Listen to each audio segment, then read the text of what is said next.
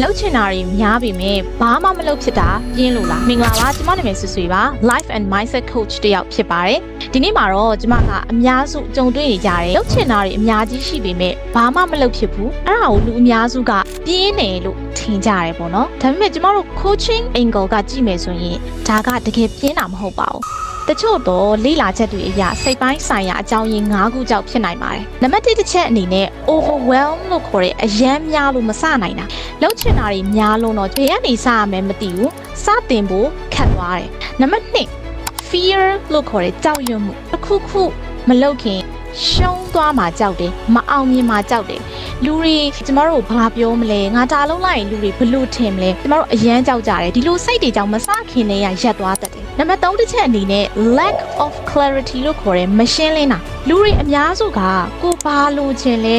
ဘာဖြစ်ချင်လဲဆိုတာကိုတိတိကျကျမသိကြဘူးကို့မှာ goal တွေကိုရှင်းရှင်းလင်းလင်းမသိကြတဲ့အခါမှာ action တွေကထွက်မလာဘူးနံပါတ်4တစ်ချက်အနေနဲ့ low self confidence လို့ခေါ်တယ်ကိုမယုံကြည်တာငါမလုံနိုင်ဘူးထင်တယ်ငါလုံရင်အဆင်မပြေတော့ဘူးဒီလို belief တွေက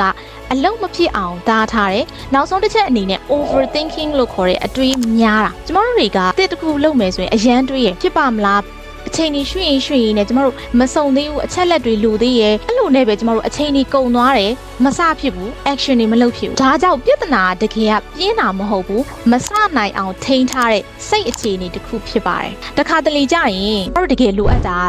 motivation မဟုတ်ပါဘူး clarity နဲ့ right question ဖြစ်ပါတယ်အဲ့တော့ကိုမေးရမှာကကိုမစအောင်တားထားတာကဘာလဲအဲ့ဒီအခြေအနေဒီမှာရုံထွက်ဖို့လက်တွေ့ကြတဲ့ကျွန်မနီးလန်းလေးကိုနောက်ဗီဒီယိုမှာထပ်ပြီးတော့ sharing လုပ်ပေးသွားပါမယ်ကျေးဇူးတင်ပါတယ်